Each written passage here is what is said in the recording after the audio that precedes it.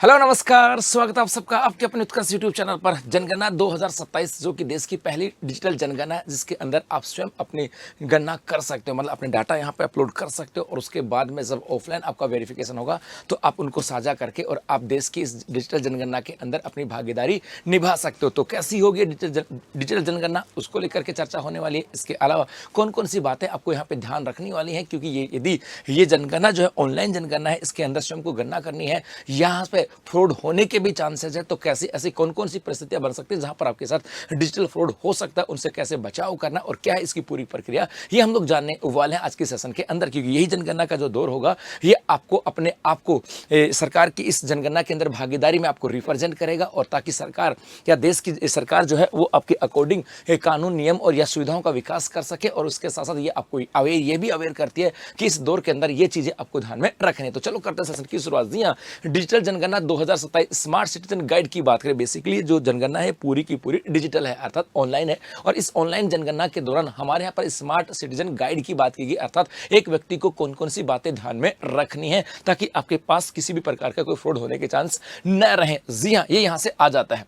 Basically यदि बात करें, ये पहली बार डिजिटल जनगणना हो रही है और ये अपने आप में जनगणना का एक नया दौर है। पहले जनगणना जो होती थी वो फिजिकली वेरीफाई होता था, परगणक जो है वो घर घर जाता था, वहां से डाटा लेता था और उसके बाद जनगणना करता था। लेकिन इस बार पूरी की पूरी जनगणना ये डिजिटल जनगणना, जिसके अंदर समय भी कम लगेगा, यहाँ पर मैन पावर भी कम लगेगी, खर्चा भी कम होगा उससे, और एक जो आंकड़े हैं वो एकदम सटीक आंकड़े हमें प्राप्त होने वाले हैं। यदि हम इसी की बात करें तो ये अपनी एक सेल्फ गणना है, सेल्फ गणना है। इसके अंदर व्यक्ति खुद अपनी गणना कर सकता है। इसके अंदर प्रगणक के आने का इंतजार करने की आवश्यकता नहीं है। 16 भाषाओं में होगी, अर्थात यदि डिजिटल जनगणना है तो इसका मतलब मोबाइल के माध्यम से होगी, और मोबाइल के अंदर 16 भाषाओं के अंदर ये होने वाली है। और इसकी समय अवधि अप्रैल 2026 से लेकर के सितंबर 2027 तक है। जी हाँ, यदि मैं इसी की बात करूं तो इस पूरी जनगणना के दौर में आपसे 33 सवाल पूछे जाएंगे। बेसिकली सरकार जो है वो हमसे अपने डाटा लेना चाहता है, और डाटा का उपयोग आने वाले समय के अंदर अपनी योजनाओं को बनाने में किया जा सकता है। यदि उससे पता लगेगा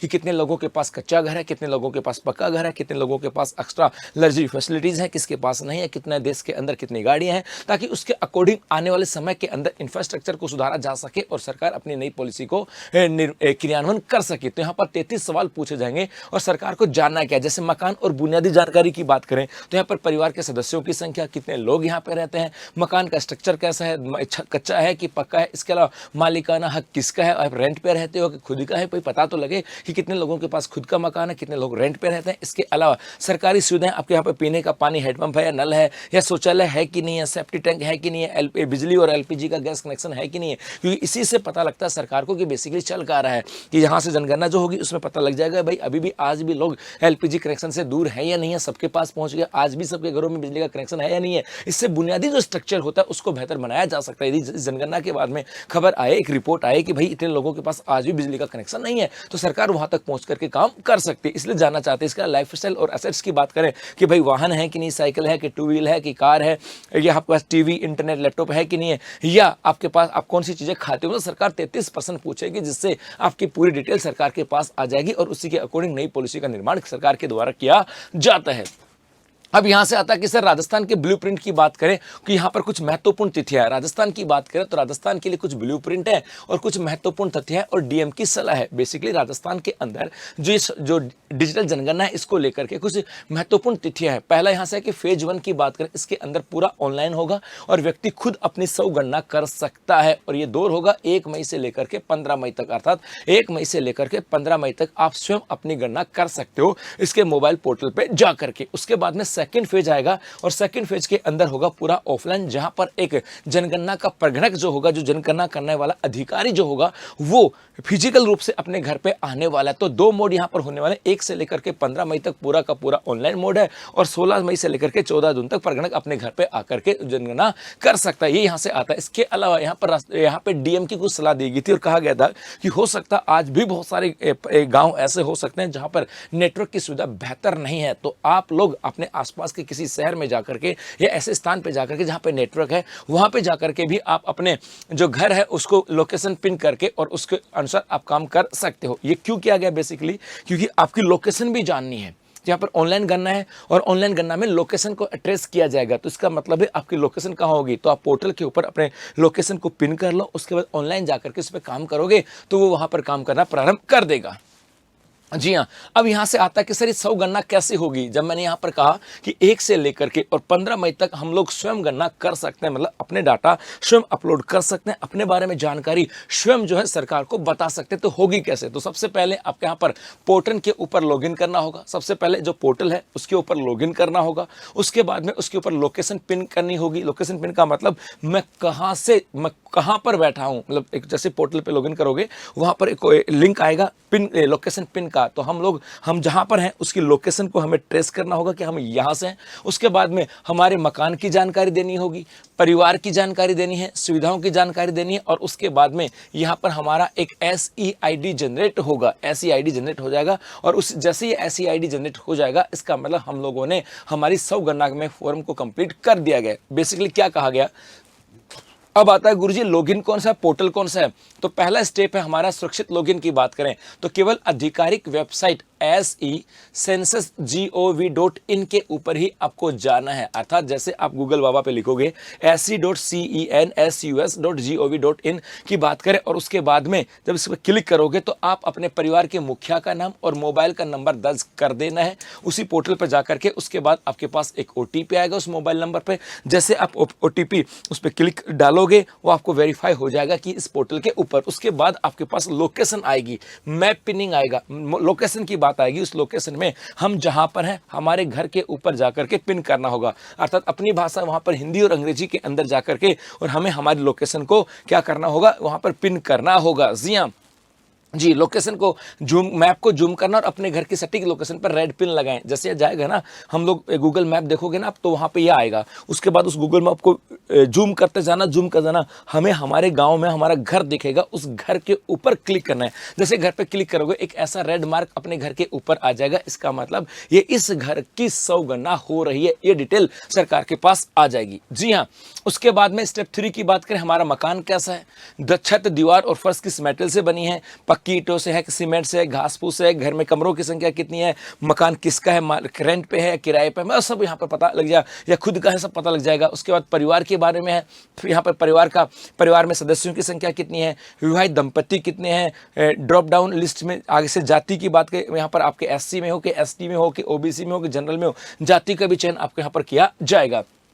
उसके बाद आपकी सुविधाओं की बात करें कि नल का कनेक्शन है कि गैस सिलेंडर है कि नहीं है, आपके यहाँ पर बाथरूम है कि नहीं है, इसके अलावा गाड़ियाँ हैं कि मोबाइल है कि लैपटॉप, इंटरनेट वगैरह है कि नहीं है, टीवी वगैरह है कि नहीं, उन सब की जानकारी वो हमें यहाँ से फिल करनी होगी। और जैसे उसके बाद में हमें सबमिट करेंगे और एक SEID यहाँ पे जनरेट हो जाएगी। जैसे एक SEID जो ना, इस प्रकार से एक SEID हमारे पास सबमिट हो जाएगी, मतलब हमने पूरा डाटा यहाँ पे फिल किया। उसके बाद जैसे सबमिट करेंगे एक SEID की बात करें, ये हमारे पास यहाँ पर जनरेट हो जाएगी। तो फाइनल रिव्यू, फाइनल में क्या होता है, सारा डाटा चेक करते हैं, सबमिट पे क्लिक कर देते हैं। सबमिट पे क्लिक किया तो हमारे पास 11 डिजिट की एक self enumeration ID SEID generate मिल जाएगी। और इस SEID का हमें स्क्रीनशॉट लेकर के रखना है, इस SEID का हमें स्क्रीनशॉट लेकर के रखना है। और ये स्क्रीनशॉट काम कब आएगा, जब 16 तारीख से लेकर के 14 जून की बात करेंगे, जब प्रगणक हमारे घर पे फिजिकल आएगा तो वो इसी SEID से को हमसे मांगेगा और इसको वेरीफाई करेगा। अब यहीं पर होते मामला फ्रॉड की। बेसिकली हुआ क्या, SEID की बात होगी तो हो सकता है 16 तारीख के बाद आपके घर पे कोई भी व्यक्ति आए और वो कहे कि मैं तो जनगणना की तरफ से हूँ, जनगणना के अधिकारी के रूप में यहाँ पर हूँ और मुझे है ना यहाँ पर आपके ID वगैरह चाहिए। तो हो सकता है वो यहाँ पर आपके ID की बात करे। तो याद रखना, जब ओरिजिनल प्रगणक आएगा तो सिर्फ आपसे 11 डिजिट की ऑनलाइन ID ही मांगेगा, 11 डिजिट की ID ही मांगेगा, इसके अलावा कुछ भी नहीं मांगेगा।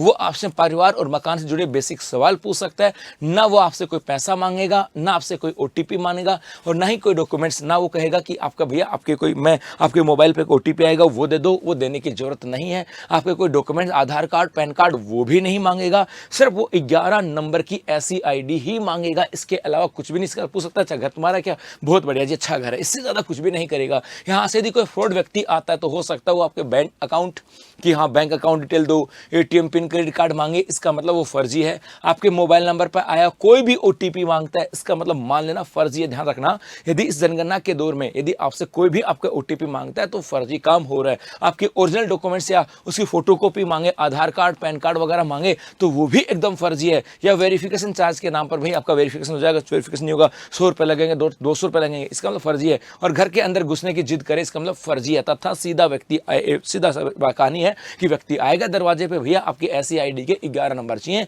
आप उनको दे दोगे, वो कहेगा जी घर बढ़िया है, पानी पिलाओ, सो पिला दो, नहीं तो नहीं भैया, ठीक है।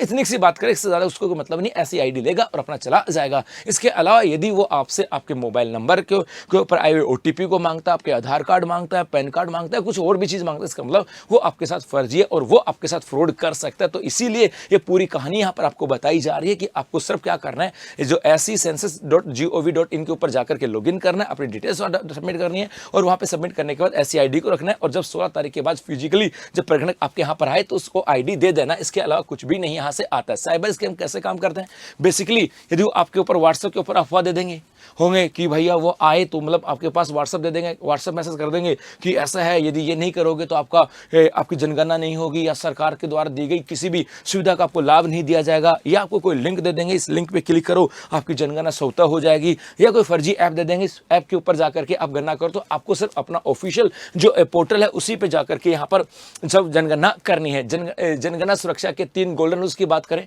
रूल नंबर 1, आईडी चेक करें। घर आने वाले अधिकारी से उसका सरकारी आईडी कार्ड और नियुक्ति अपॉइंटमेंट लेटर मांगना है। यदि वो जिद करे तो सीधा मांगे तो जाने दो, फिर हमारा क्या, 11 नंबर आईडी से कोई फर्क पड़ेगा नहीं। दूसरा, रूल नंबर 2 की बात करें, दरवाजे से वेरिफिकेशन अधिकारी को घर के अंदर बुलाने की कोई जरूरत नहीं है।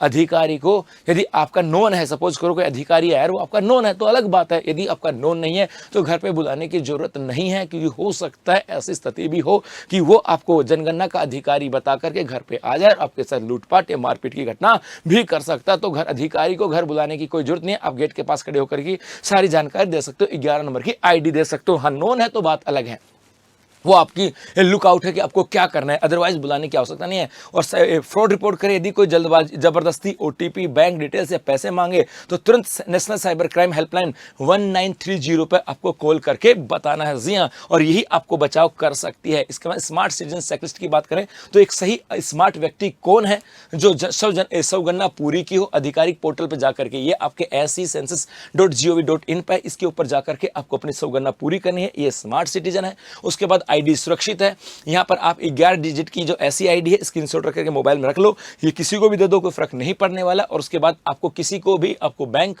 ओटीपी डिटेल्स और अपने डॉक्यूमेंट्स किसी को भी शेयर नहीं करना है। तो ये सौगणना का दौर है, हो सकता है आपके साथ कोई फ्रॉड हो, उससे बच के रहना है और अपना स्वयं जनगणना करके, स्वयं की गणना करके और अपने ऐसी आईडी को जनरेट कर लो। और जब आप फिजिकली प्रगणक आए तो आप उसको आईडी दे करके अपने आप को सुरक्षित रख सकते हो। तो मेरे भाई, ये एक छोटी सी इंफॉर्मेशन थी जो आपके साथ होने वाले किसी फ्रॉड से आपको बचा सकती है। धन्यवाद।